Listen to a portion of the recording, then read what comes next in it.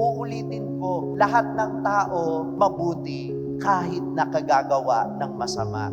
The foundation of mercy is the awareness that every person is good, and even if they commit sins, they can always change towards goodness.